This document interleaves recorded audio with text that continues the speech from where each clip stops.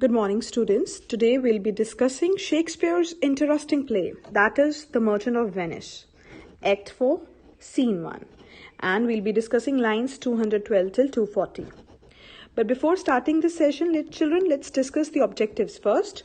By the end of this session, you will be able to explain the meanings of the difficult words according to the text. And children, you will tell some of the references that we will read in the text. And you will be able to explain the text in your own words. So before starting this session, children, let us discuss what we have done in previous video.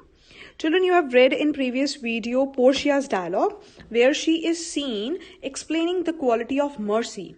She says that quality of mercy cannot be strained. Rather, it drops from heaven as the gentle rain. And later, she is seen asking, is Antonio not able to pay the money? So children, to this, what Bassanio says, let's read. Bassanio says, yes, here I tender means offer, it for him in the court. Yeah, twice the sum. If that will not suffice, means sufficient, I will be bound to pay it 10 times over, on forfeit of my hands, my head, my heart. If that will not suffice, it must appear that malice means hatefulness, bears down truth. Bears down means overcome. So children, here in these lines, Bassanio says, yes, he is there to pay it for Antonio in the court. He says he is prepared to pay twice the amount, and if that is not enough, if that is not sufficient, he will pay it 10 times more. And if he fails to do so, he will forfeit his hands, his head and heart. If this is not sufficient, he says, then it appears that malice, the hatefulness, is destroying honesty. I hope this much is clear, children. Now, children, let us read the gist of these lines. So, in the court, on behalf of Antonio, Bassanio offers twice the amount. He further says, if it is not sufficient, he will pay him 10 times over. If he fails to do so, he is ready to forfeit his hands, his head, and his heart. And if this offer is not accepted, then it is clear that the spirit of malice is working against the truth. Let us continue the dialogue. And I beseech means request. I beseech you, rest once the law. So children, rest the law here means divert the course of law. To your authority means by using your authority. To do a great right, do a little wrong, and curb means deprive, this cruel devil of his will. So children, in these lines, Bassanio requests the Duke to use his power to modify the secret course of law.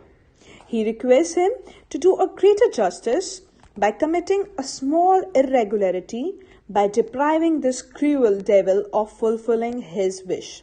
So children, I hope it is clear to everyone.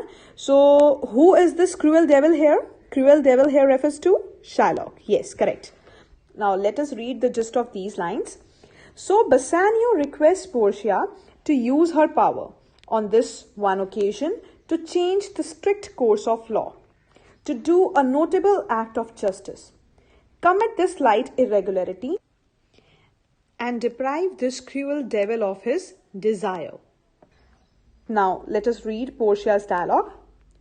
It must not be. There is no power in Venice can alter. Alter means change. A decree means law established. So children, here Portia says, there is no power in Venice that can change the working of an established law. It will be recorded for a precedent means example, and many an error by the same example will rush into the state. It cannot be. She says it would be recorded as an example in future, due to which many errors might creep in governing the state. So this is not possible. It cannot be done. Let us read the gist of this dialogue. She says it is not possible. There is no power in Venice that can alter the working of a fixed law. It would be quoted as a case in point by others in future, and from this Many errors might come into the affairs of the state. It cannot be. So I hope it is clear to everyone. So Portia says that the alterations cannot be done. Now let's read the next dialogue, that is of Shylock.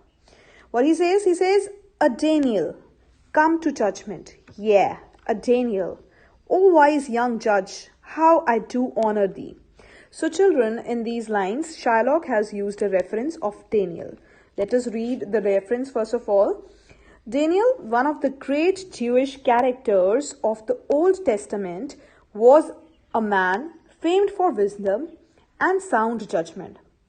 Shylock takes his name here as a representative or type of the perfect judge.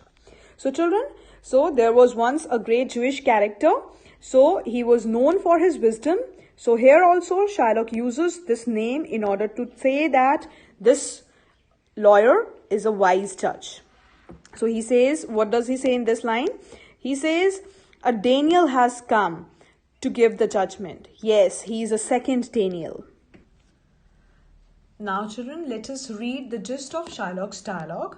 So in these lines, Shylock remarks Portia, a second Daniel of the Jews, and wise young judge who has come to give wise judgment.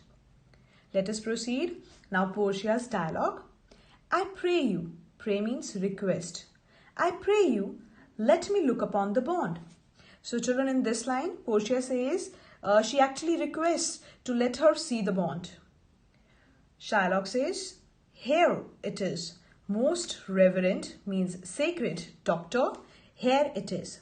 So children, here in this line, Shylock calls her respected doctor and presents her the same. He presents her the same bond. Let us read the gist.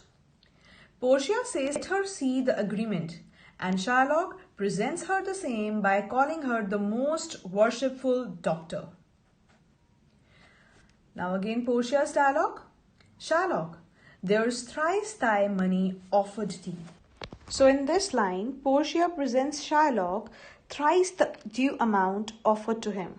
So here Shylock says, an oath, I have an oath in heaven.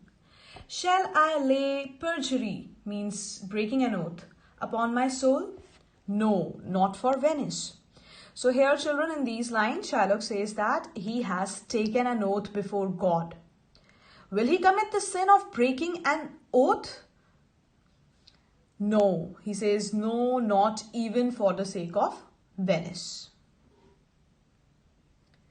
Now let's read the gist of these lines. Shylock says that he has sworn an oath before God to have nothing but his bond.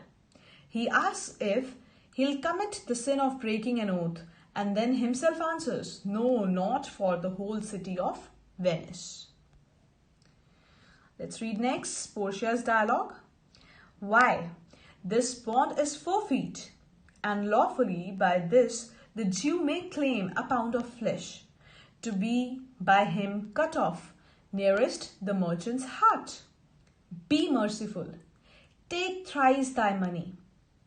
Bid me means let me, tear the bond." So children, here in these lines, Portia says, well, the penalty mentioned in this bond is due, and the Jew can claim legally a pound of flesh, to be cut off closest the merchant's heart. Be merciful. She tells him to be merciful. Take 3 times the amount and let her tear up the bond. So children, let's read the gist of Portia's dialogue. Portia says that the penalty mentioned in this bond has been incurred, and the Jew can, who is the Jew here children? Yes, the same, Shylock. The Jew can lawfully claim a pound of flesh to be cut from the side nearest the merchant's heart. Who is the merchant here? Antonio. She tells Shylock to be merciful. She offers him to take 3 times the amount and let her tear up this agreement. Now children, this is your homework time. Read and plan lines 241 till 289 and write down the meanings of difficult words. This was all about today's session, children. Thank you.